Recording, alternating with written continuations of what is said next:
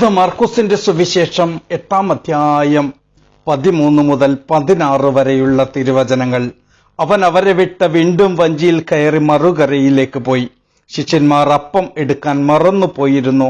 വഞ്ചിയിൽ അവരുടെ പക്കൽ ഒരപ്പം മാത്രമേ ഉണ്ടായിരുന്നുള്ളൂ. അവൻ മുന്നറിയിപ്പ് നൽകി, നിങ്ങൾ ജാഗരൂകരായിരിക്കുവിൻ. ഫരീസയരുടെയും ഹെറോദോസിന്റെയും പുളിപ്പിനെക്കുറിച്ച് കരുതലോടെ ഇരിക്കുവിൻ. അവൻ ഇങ്ങനെ പറഞ്ഞത് തങ്ങളുടെ പക്കം അപ്പം ഇല്ലാത്തത് കൊണ്ടാണെന്ന് അവർ പരസ്പരം പറഞ്ഞു. ഹല്ലേലൂയാം. ഈശോയില സ്നേഹം നിറഞ്ഞ സഹോദരങ്ങളെ, ഫരീസയര് അവനുമായി തർക്കിക്കാൻ തുടങ്ങി. സ്വർഗത്തിൽ നിന്ന് ഒരടയാളം അവർ ആവശ്യപ്പെട്ടു. ഇത് കേട്ട് ആത്മാവില് അഗാധമായിട്ട് നെടുവേർപ്പെട്ടു.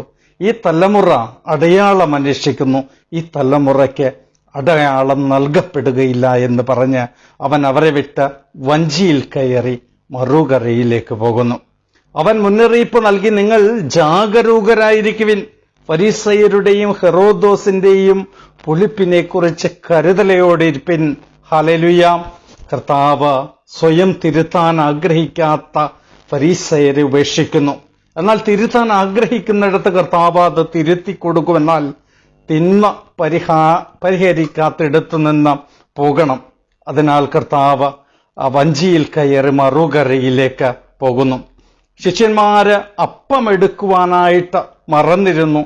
വഞ്ചിയില് അവരുടെ പക്കല് ഒരപ്പം മാത്രമേ ഉണ്ടായിരുന്നുള്ളൂ.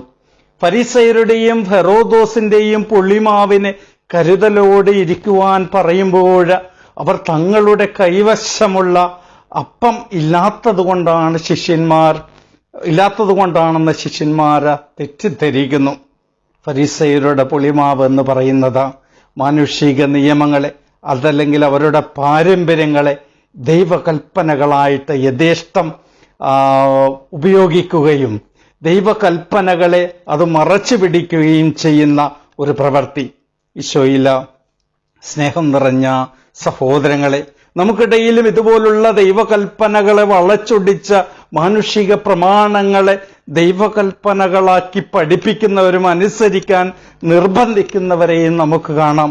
തള്ളിക്കളയണം. നമ്മൾക്ക് എഴുതപ്പെട്ട വചനത്തിൽ വിശ്വസിക്കുന്നവരാവാം. നമുക്ക് നൽകപ്പെട്ട സഭയിൽ വിശ്വാസം കണ്ടെത്താം. ദൈവം നമ്മെല്ലാവരെയും സമൃദ്ധമായിട്ട് അനുഗ്രഹിക്കട്ടെ. ആമേൻ.